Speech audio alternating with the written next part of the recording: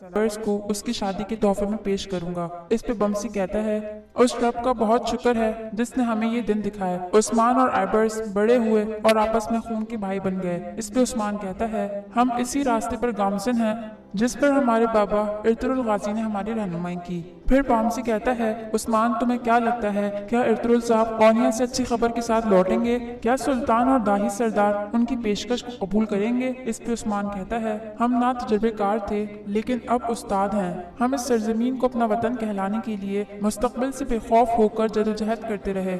अब इन छोटी झाड़ियों को चनार में बदलने का वक्त आ गया है और इस चनार तले बहादुर सिपाही और अजीम खवातीन एक नई रियासत की शम्मा जलाएंगे और अपने तमाम दुश्मनों और गद्दारों को हम इस शम्मा की आंख से राख कर देंगे। फिर चाहे कोनिया से कोई भी खबर आए, मेरा रब इस बात का गवाह है, मैं और मेरी औलादे कभी इस परचम को नीचे गिरने नहीं देंगी और इस मुबारक परचम को दुनिया के हर कोने तक फैलाने के लिए हमेशा पुरअज़म होकर लड़ेंगी। ये सुन के बमसी बहुत खुश होता है और कहता है, ए अल्लाह तेरा शुक्र है, अब मैं सुकून से मर सकता हूँ। दूसरी जानिब आप जुलजान को देखेंगे जैसे इर्तुगरुल अपनी जगह अबूली सरदार बनाकर गया है। फिर जुलजान अपनी बीवी से कहता है, इर्तुगरुल साहब अपनी अमानत का बोझ मेरे कंधों पर डाल गए हैं और इस बीमारी को तो देखो जरा, मेरा पीछा ही नहीं छोड़ती। मेरे बाबा सुलेमान शाह को भी यही बीमारी थी। नाजरीन, यहाँ हम आपको बताते चलें कि जुलजान उस फोड़े की बात कर रहा है जिसकी तकलीफ से सुलेमान शाह की मौत हुई थी। फिर उसकी बीवी कहती है, आप फिक्र ना करें हुजूर, अल्लाह के हुक्म से आप हर चीज में कामयाब होंगे। खुद को कम मत समझें क्योंकि सफर मुसाफिरों के साथ नहीं बल्कि साथियों के साथ तय किया जाता है। इस पर जुलजान कहता है, आज हम वही काट रहे हैं जिसका पौधा इर्तुगरुल भाई ने आज से 25 साल पहले लगाया था। इंशाअल्लाह इस मुआहदे से भी अमन और सुकून आएगा। अब जल्दी करो, गवर्नर योर्गोपोलोस को मजीद इंतजार नहीं करवाना चाहिए। इसके बाद आप देखेंगे कि आइबर्स अपने बाबा बमसी के पास जाता है और उससे कहता है,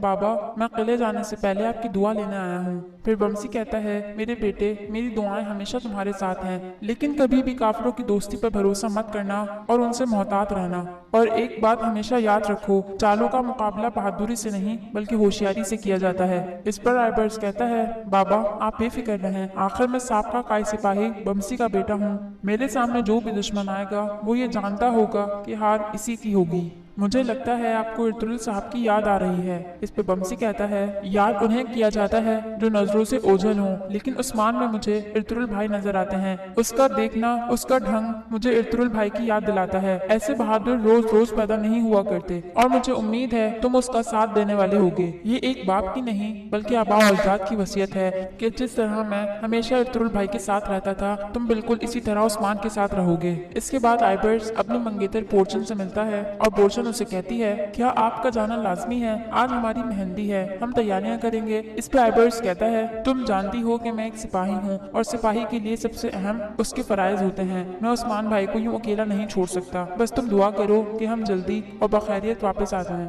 इसके बाद आप देखेंगे उस्मान समेत तमाम सिपाही किले जाने के लिए जुलजान के पास इकट्ठे होते हैं। फिर जुलजान गुंदोज से पूछता है, बेटा इसमें क्या है? इस पर गुंदोज उससे बताता है, ये कुछ तलवारें हैं जो हम गवर्नर को तोहफे के तौर पर पेश करेंगे।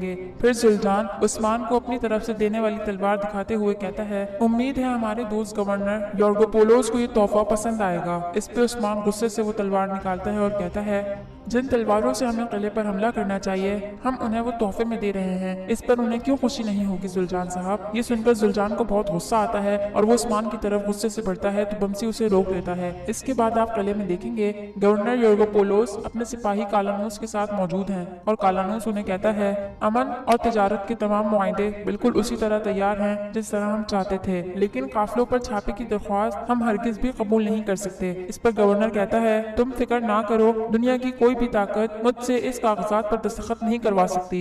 इसी दौरान गवर्नर की बीवी सोफिया अंदर आती है और उनके कांधे पे एक बैच लगाते हुए कहती है, ये तमाम बुरी बलाओं से आपकी हिफाजत करेगा। इस पे गवर्नर कहता है, जब तक तुम मेरे साथ हो मुझे कुछ नहीं हो सकता। इसी दौरान एक सिपाही अंदर आकर उन्हें बताता है, हुजूर काई आ चुके हैं। फिर गवर्नर के काइयों को खुशामदीद करने के बाद एक स्टेज ड्रामे के जरिए गवर्नर और इर्तुगरुल की तमाम नक्लो हरकत को मुतारिफ कराने की कोशिश की जाती है, लेकिन उस्मान स्टेज पर पहुंचकर अपनी तकरीर शुरू شروع کرتا ہے اور کہتا ہے جب ارطغرل غازی کی بات آتی ہے تو سب یہ بخوبی جانتے ہیں کہ وہ کتنے بہادر ہیں، بھوکوں کو کھانا کھلاتے ہیں، غریبوں کو کپڑا دیتے ہیں اور مقروضوں کا قرض چکاتے ہیں، خواہ وہ مسلم ہو یا غیر مسلم۔ ارطغرل غازی اور ان کی اولاد کی دوستی ہمیشہ دائمی ہے اور ان کی دشمنی دشمنوں کا خاتمہ۔ اسی دوران کچھ سپاہی ان لوگوں پر حملہ کر دیتے ہیں اور عثمان ان کا بہت دلیری اور بہادری سے مقابلہ کرتا ہے، لیکن بدقسمتی سے موقع ملتے ہی وہ تمام سپاہی وہاں سے فرار ہو جاتے ہیں، جس کی وجہ سے عثمان یہ جان نہیں پاتا کہ ان کی اس حرکت کے پیچھے آخر کس کا ہاتھ ہے۔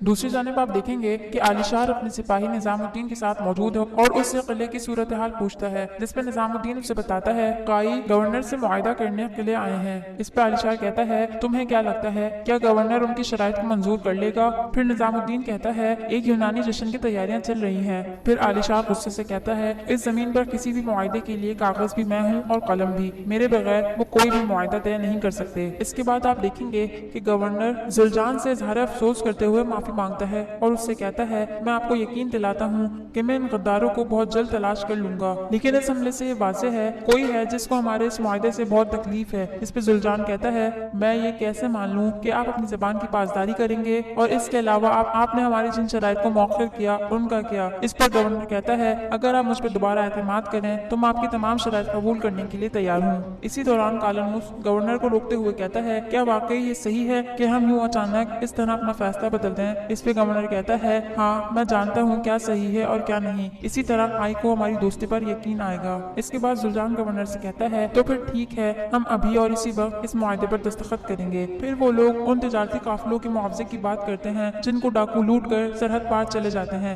اور کالنوس انہیں کہتا ہے یہ ایک ناقابل قبول صورتحال ہے۔ یہ سن کے عثمان بیچ میں بول پڑتا ہے اور کہتا ہے یہ قابل قبول ہو سکتا ہے اگر آپ مجھے ان ڈاکوؤں کے قافلے پر چھاپا مارنے کی اجازت دیں۔ اس پر گورنر کہتا ہے کیا آپ کو خود پر اتنا بھروسہ ہے جبکہ انہوں نے آج اپنی تمام صلاحیت دکھا دی ہیں؟ پھر گورنر زلجان سے اس کی رائے جانتا ہے جس کے جواب میں زلجان ہاں کر دیتا ہے۔ پھر گورنر زلجان سے کہتا ہے اگر ہم آپ کو یہ کرنے کی اجازت دے دیں تو آپ کیا کر لیں گے؟ یہ سن کے کالنوس بہت غصے میں کھڑا ہوتا ہے اور کہتا ہے حضور یہ ہمارے لیے ناقابل قبول ہے، یہ ہماری سرحدوں کی خلاف ورزی ہوگی۔ اس کے جواب میں عثمان کہتا ہے اگر آپ میرے اور قائد سپاہیوں کے ساتھ اپنے کچھ کمانڈر بھیج دیں تو کالنوس کو بھی تسلی ہو جائے گی۔ ان تمام باتوں کے بعد گورنر یوگوپولوس عثمان کو قافلے پر چھاپا مارنے کی اجازت دے دیتے ہیں۔ اس کے بعد آپ دیکھیں گے کہ جو سپاہی قلعے پر حملہ کرنے آئے ہوتے ہیں در حقیقت انہیں گورنر کی بیوی صوفیہ نے بھیجا ہوتا ہے۔ پھر صوفیہ کہتی ہے میں اس بوڑھے گورنر کو مارنے کا ہر دن نیا منصوبہ بناتی رہی، لیکن تم لوگوں نے اپنے اناڑی پن کی وجہ سے سب کچھ برباد کر دیا۔ یہ کہتے ہی وہ اپنے دونوں سپاہیوں کو ختم کر دیتی ہے۔ پھر وہ اپنے ایک آدمی میگالا سے کہتی ہے اس کام کے لیے تم اپنے سب سے بھروسے کے آدمی کو لگاؤ اور عثمان کو کم مت سمجھنا، وہ ایک خطرناک جنگجو ہے، پہلے ہی موقع پر اسے اپنی جان دے کر اپنے کیے کا ازالہ کرنا پڑے گا۔ اس کے بعد آپ دیکھیں گے کہ عثمان آئبرس کے ساتھ ایک سفر پر جاتا ہے اور وہاں سپاہی ان دونوں کو گھیر لیتے ہیں۔ پھر وہ آئبرس کو تلوار کے وار سے زخمی کر کے گھوڑے سے نیچے گرا دیتے ہیں۔